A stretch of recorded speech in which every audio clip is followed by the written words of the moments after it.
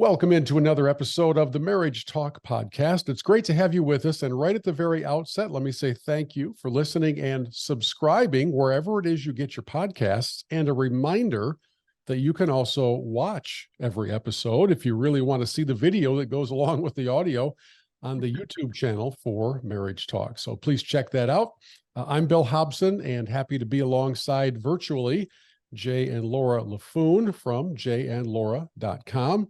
We all just spent a few days together at a very special place called Mackinac Island for the Celebrate Your Marriage conference and had a wonderful time. And last week on this program, if you're listening sequentially, you would have heard Greg and Aaron Smalley share some of their passion for helping marriages grow stronger and healthier. And this week, Jay and Laura, we turn our attention to a unique phrase. I'm interested to hear you define and kind of fill in the blanks here. The attitude of gratitude. What are we looking at? Well, Bill, you've already displayed that with thanking the folks for listening. And it really is one of those simple gestures that go a long way that I think we've lost in our culture. And that is the idea of being thankful. There's so many things to be thankful for. I have a good friend, Bill Crawford, who I love it when he prays, because when he prays, he finds the uniqueness of the moment and thanks God for the uniqueness of that moment. For example, we play a lot of golf together. He's like, Lord, thank you for the chance to play golf and to be outdoors when so many people are stuck inside. And so it's just one of those things of having that constantly on your mind of, what can I be thankful for in this moment? What can I be thankful for? Yeah, because so often we think the opposite. I mean, our brains just naturally go to the negative or no idea what you're talking about. Or, 10 minutes ago, I wasn't very thankful for this person sitting next to me. I can give a witness. But, it's that our minds automatically go to the negative or the, oh, poor is me, poor, pitiful me. Things are, why is this happening to me? All that stuff. You get on social media and you look at everybody else's, what you think is their perfect life and you go, what's wrong? And we forget to be grateful for what we have. And so that is really what we're talking about here is having an attitude of gratitude, an attitude of thankfulness, not just, in the month of November when it's Thanksgiving time and we start being thankful, but, all year long. One of the sayings, memes, whatever you want to say that I absolutely love is, what if we only got today what we were thankful for yesterday? Wow. Think about that. Things that we were genuinely thankful for, we get to keep. But things that we're not thankful for, they go away. And unfortunately, I think it's human nature to forget to be thankful, if that makes sense. Yeah. You mentioned Grand Hotel. Laura and I have been doing conferences up there since 1996. And I can tell you, probably around 2010, I started taking those conferences for granted. We're at Grand Hotel on Mackinac Island with amazing speakers and resources. And I'm like, it's just another thing. And so that's an example of how easy it is for us to take something for granted and then turn that into marriage. And I think that just happens on a regular basis, is that we get into. We get up in the morning going, I am not thankful for you because you just annoy me. I do want to take this into the marriage context here in a moment, but I'm also reminded that from a broad cultural standpoint, we are so prone to negativity, and some of it's valid. I mean, the headlines in the news as we speak are not very good. The world is a mess right now. And sometimes I think we can allow that to seep over into how we treat each other treat the people we love, that we know the best, or that we're married to, because the headlines have dragged us down to the point where it somehow floods into our relationships. So there's got to be some separation or some boundaries that we draw between what we allow to affect us. Or, as I said to my son a few months ago, and he was struggling with some some anxiety stuff, I said, stop giving permission these things to ruin your day. They don't deserve it. They didn't pay the bills. Right. You don't love them. It's a job. It's a whatever. So don't give permission to those things to distract you from the things that you know you enjoy doing or that you need to do the most. As we talk about the marriage context of attitude of gratitude, when spouses get together, I take a lot for granted. I am not very good at saying, thank you. That's just really well done. I'm more likely to say the opposite, which is not, probably shouldn't be hosting a podcast. Yeah, what I found is that you really have to cultivate. And think of the farming, what does a cultivator do? It turns the earth up, because that earth can get packed down and dried out and hard as a rock. And that's just a very good illustration for marriage, is that if we're not constantly cultivating an attitude of gratitude, we're going to get hard and we're going to get crusty than we already are, especially towards our spouse. And I think it does start, Bill, like you were talking about, with what you're putting in what are you watching, first thing in the morning or late at night. We used to watch news every day at 5 o'clock. We would turn the news on, and that's where we would sit and just relax after work. But we quit doing that, because the news is just, first of all, it's depressing. It can start making you angry, and so then you get that in your attitude. And then, one of our habits that we have in our home is that our mornings, we get up way too early, in my opinion, because it's still dark outside. I can't do that, but we get up and we have a time of study. And then part of our studying is we just kind of, read the newspaper on our iPads or whatever. And I just realized this week, it was just a couple days ago, I thought, why am I reading this stuff? It's not any different than sitting in front of the TV and watching it. And it's getting my day started wrong. I start reading all these headlines. I'm like, why am I reading this stuff? Let's just get straight into my devotions, rather than I was saying to myself, well, I'm kind of waking my brain up before I start reading my Bible and doing my devotions, because I want to be able to have my brain awake to listen.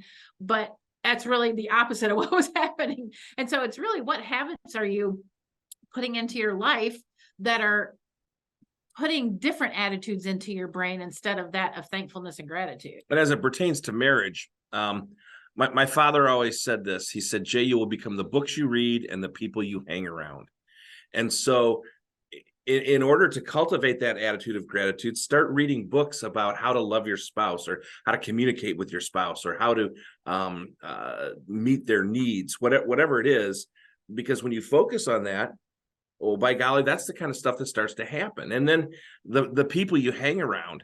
When we got into marriage ministry almost 30 years ago, we asked a group of people that we knew and that we trusted to have a small group with us to hold us accountable, because we looked at their marriages and we said, okay, they're not perfect, but boy, they're working it. They love each other. They have a good sense of where they want to go. Come help allow us to be a part of your life so that we can cultivate that same kind of an attitude. And I really do think that that's part of it, that we tend to isolate ourselves and tend to think we can do it on our own. And then we get into trouble, and it starts to crumble. It's kind of like, it makes me think of, when women get together with their friends. And I tell men this all the time, when your wife gets together with her girlfriends, you are the topic of conversation, because they're going to start talking about their husbands and the men in their lives. But what you have to be careful of as women is that you don't start bashing your husband, talk about all the bad things he does, because then you come home and you're all angry at him because you've talked about these other 5 men that are all, it's kind of like when you have a dream about your husband and he's doing something really stupid, and you wake up and you're like, you're so stupid. What did I do? I don't know. It was in my dream. It's that same. Welcome to the mind of a woman. Well, in this era of tiny wireless microphones, you could put some in the room where it's going to happen. I'm just kidding. Surveillance is not the answer to this, my friends. But I will. This is probably never the answer. One of the things that's fair. One of the things that I'm personally blessed by is never having to wonder if, when my wife goes out with her friends, if that sort of conversation is what's dominating their worlds. They're honoring and I've never spent a single sentence in the presence of any of my friends speaking poorly of my wife. However, I've been around those who do. And it, first of all, makes me sad. And then it makes me a little bit angry. And on a couple of occasions, I've had to kind of call out the person that I was with and just say, listen, I think there's some work that needs to be done, and maybe some professional help that you should be looking after, because I don't want to hear this. This is not the way you talk about somebody that you're in love with. And at the same time, it doesn't have to be the negative, insulting, derogatory speech. It could just be in your household that you just never hear the words thank you, Or right? please. I mean, that's the basics. Yeah. I'll never forget. I was speaking at a camp, a youth camp years ago in Florida. And we had the privilege of being down there for multiple weeks as kids came at spring break. And the camp director was a wonderful man named Paul. And Paul was in his 60s, never married, fit, sharp dresser, great cook, just this classy guy. And I found myself eating dinner with him from time to time because I was down there so long. And one night we were having, I don't know, chicken, I don't know. And I just said to Paul, "Hey, Paul, pass the pepper." And I had that little lilt in my voice with the implied please, but there was no please there. And he just looked at me and I said, "Paul, the pepper." He just looks at me again. And I thought maybe, okay, he's older. Maybe he can't hear me. I said, "Paul, pass the pepper." And he said, "Son." And at that point, I knew I was toast. As soon as he said, lecture, yeah, "That's, you're doing a wonderful job here. I love you to death. But in the 2 weeks you've been here, not once have I heard you say please or thank you." wow. Dum, dum, dum. I mean, it floored me, because here I am, speaking as an ambassador of Jesus Christ to these kids. And not once could I have the basic courtesy to say please or thank you. And again, you look at that in the context of your marriage. When was the last time you thanked your wife or your husband for cooking a great meal? I mean, I like to eat. And when Laura cooks a great meal, I profusely thank her. But that, it's the other things. Like Laura has just started letting people know she can't remember the last time she had to put gasoline in the car, because that's just something I do. And she thanks me for it, So it's not about humongous things. It's about daily, again, cultivating, like a farmer, daily cultivating those habits that will make you a very grateful person. We often remind each other, if you say something that should say please at the end of it, "Can you pass me that?" I'll go, "Please." "Oh yeah, please." It's just, it's a constant. I mean, we did that with our kids too. It's a constant. You have to remind yourself that you have to say these things, that it's just polite. I mean, I grew up in the deep South. That was please and thank you and Mr. and Mrs. and ma'am and yes, ma'am, and no, ma'am, and yes, sir. And all that was ingrained in us. I mean, I still say yes, ma'am, and no, ma'am to people who are younger than me. And they're like, "Why?" I'm like, "Because that's just that's the way I was raised." And how many in our audience have taken the time, and maybe still are doing it, where they teach their kids and their grandkids to say these things, but are not practicing them between each other? And you talked about the concept of cultivating. Well, you cultivate to plant seeds to yield some sort of a crop, or yield some sort of a product. What good comes out of the basics of please and thank you between spouses? Oh, I think the dividends, the payout, however, the harvest is huge, because I think what those things begin to do is build trust. This person cares enough about me to do the little things right. And for me, there's a real sense of peace and comfort knowing that my wife cares enough about me to be grateful for me, or grateful for the things I do, or grateful for the husband that I am, or the father that I am, or the grandpa that I am. And I think that is a lot of what happens. The problem is the growing season is very long. It's not a 3-month over the summer and you see, corn stalks at 8 feet high. It really is a long growth season. I also think when you say please and thank you, and you have this attitude of gratitude, it causes your spouse to know that you see them. I think a lot of spouses go through their marriage journey not really feeling like they're seen by the other person. You can say taken for granted. However it is, my spouse, my husband never even notices when I get my hair done. Doesn't notice when I wear a new outfit, or she doesn't notice when I take the kids out, and so when you say thank you, for taking the kids out, or, oh, your hair looks great, or whatever it might be, your spouse feels seen. And I think when you feel seen, then you feel loved, and you know that that person sees you, acknowledges you. And that's just a human felt need. I think it doesn't matter whether it's between spouses or from human to human. I think everybody wants to be known and seen. But again, it has to be where it has to flesh out first is here. Right. If you're not fleshing it out between husband and wife, you're probably not fleshing it out in the outside world. A story related to that. I remember this vividly because it was our 25th wedding anniversary, and we were on our 25th wedding anniversary trip when one of our family members was going through a terrible divorce. And so while we're on our trip, we're talking every night to this one we love, care about. He's going through divorce.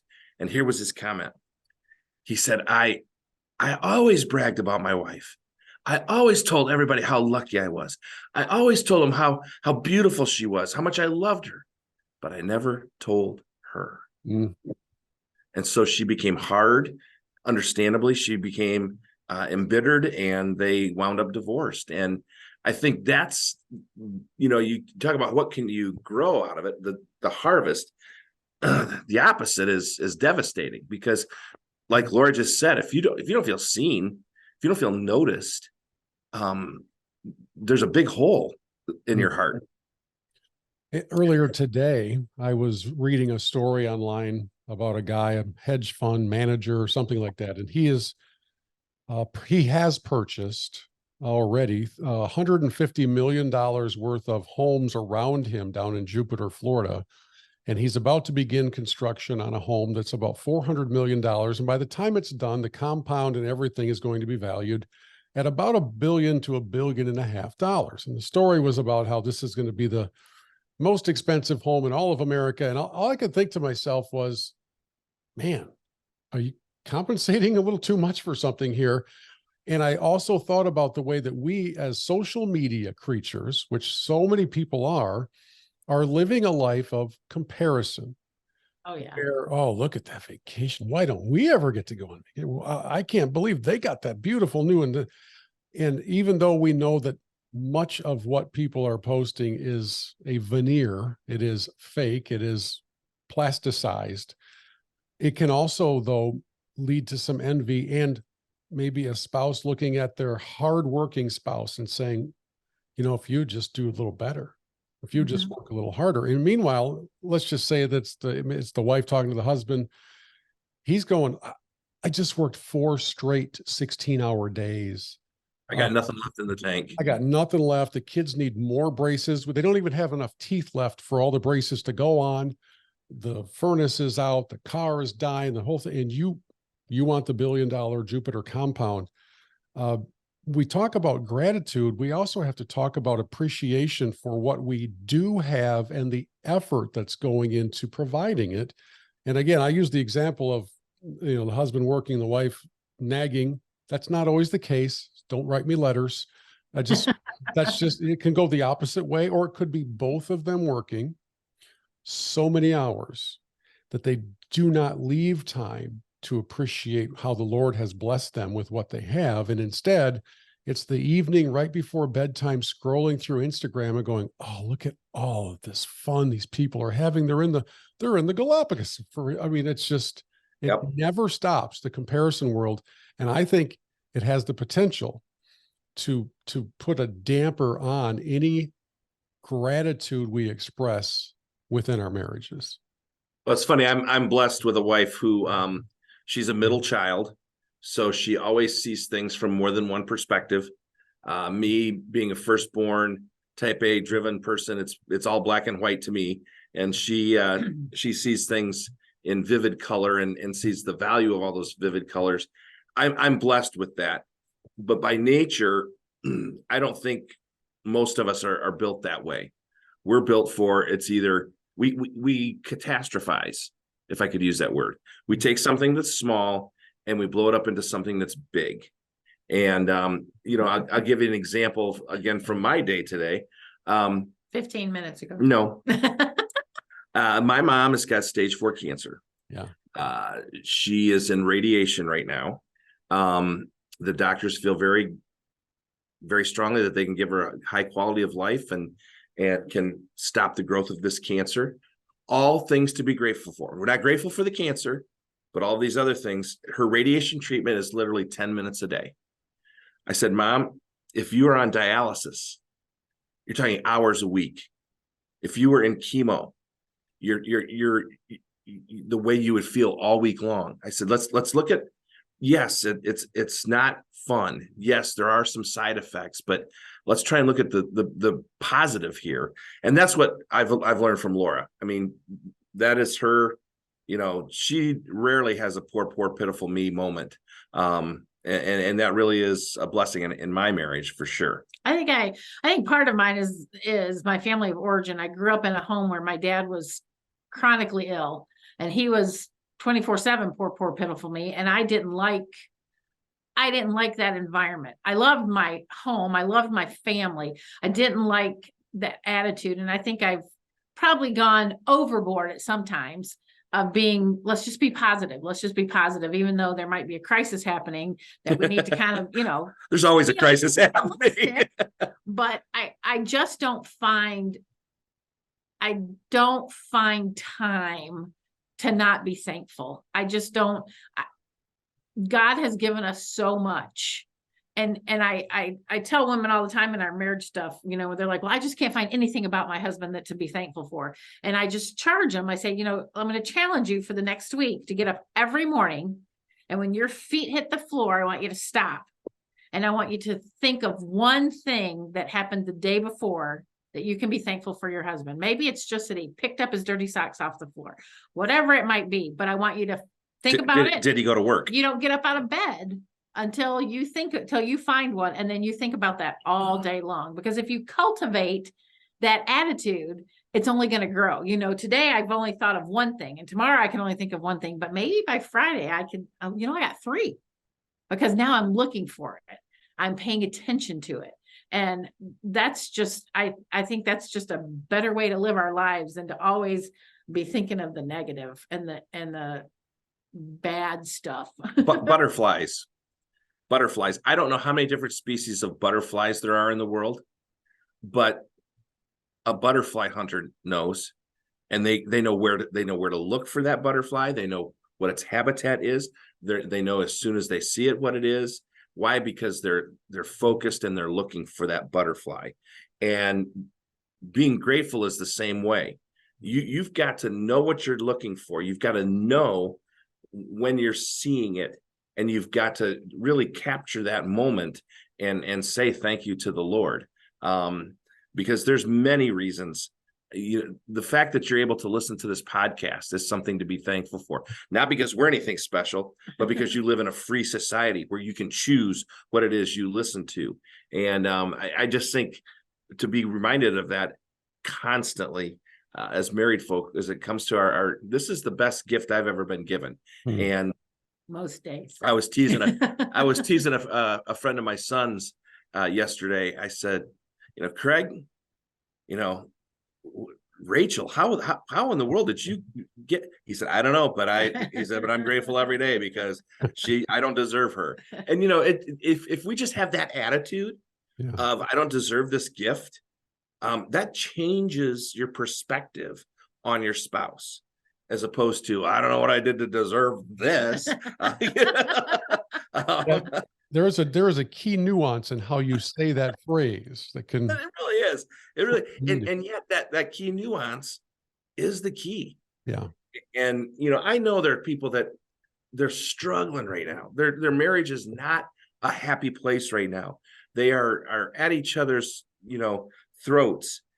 But start.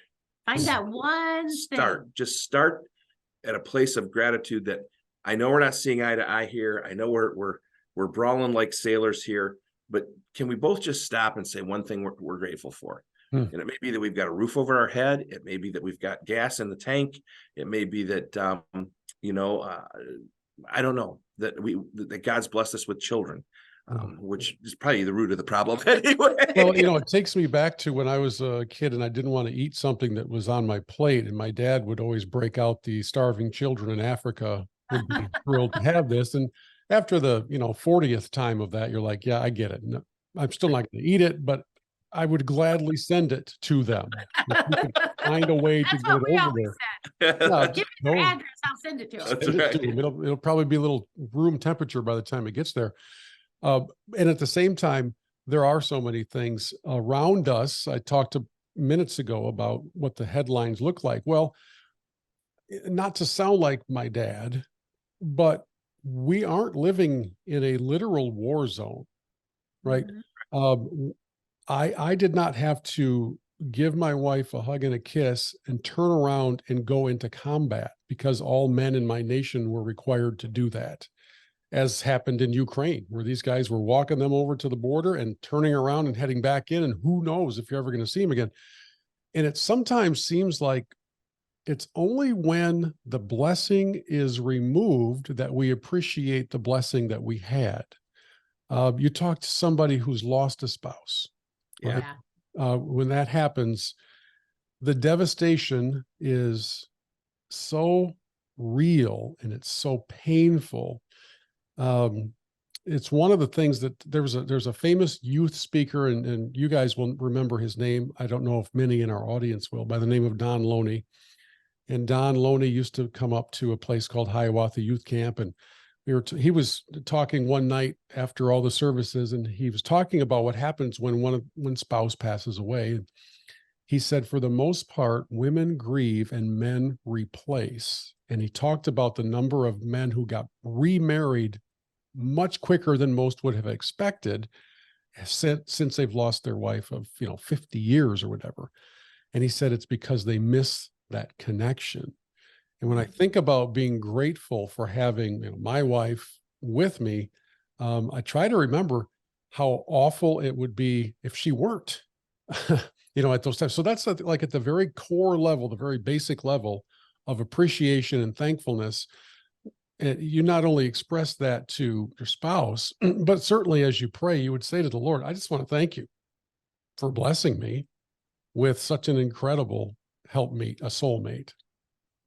Yeah, there's no question that is at the core. And you're going to get to an age, if you're not there already, where there will be health issues.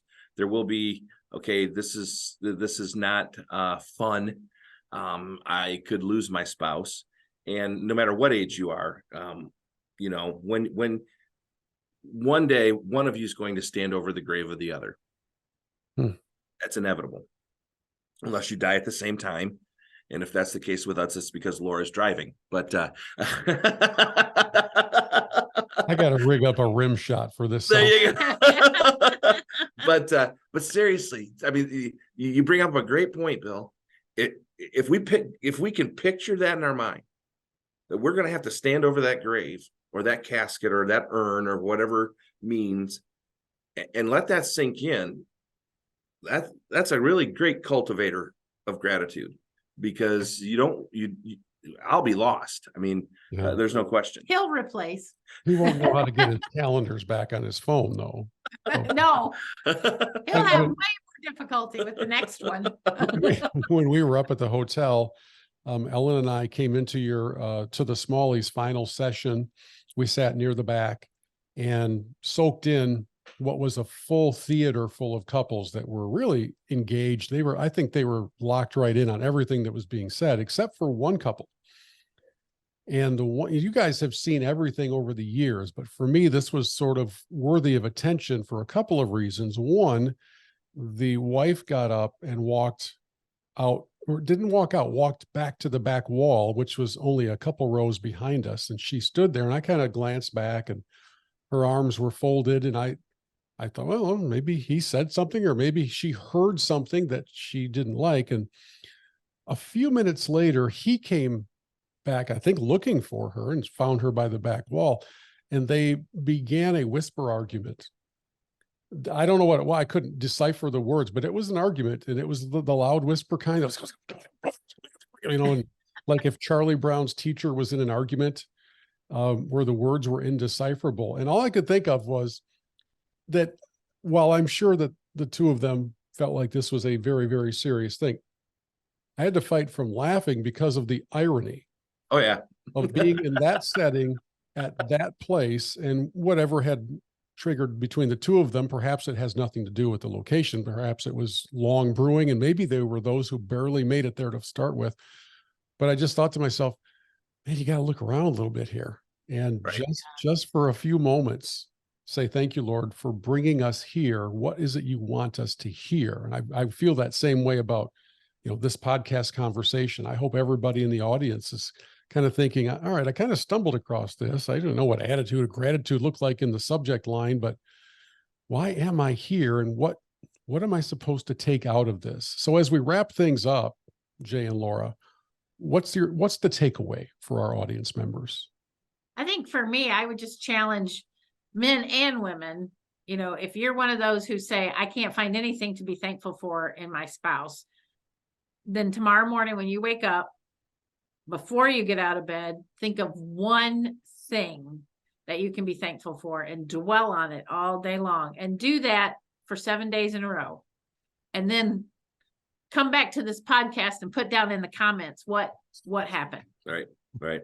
I would say I don't use that word very often, but that cultivating word of, this is a habit that has to be continually cultivated, continually turned over, continually brought to the surface, because our human nature will not do so. And so that would be the one takeaway, is don't forget to cultivate gratitude. Saying the words thank you, it doesn't hurt. I mean, it's okay. You will not suffer physical harm from saying those words. And you might even find that you reap some extra benefits in the form of a smile, or maybe a kiss, or maybe a hug, or maybe all of the above. And much as I started this program with gratitude, thanking you all for listening, I'll close the same way and encourage you to go to marriagetalk.org and check out every episode of the podcast we've ever done. And also go to jayandlaura.com for more information on their marriage ministry and the events they have coming up, including a pretty cool one coming up in January you might want to be a part of. And we will talk to you again next week on Marriage Talk.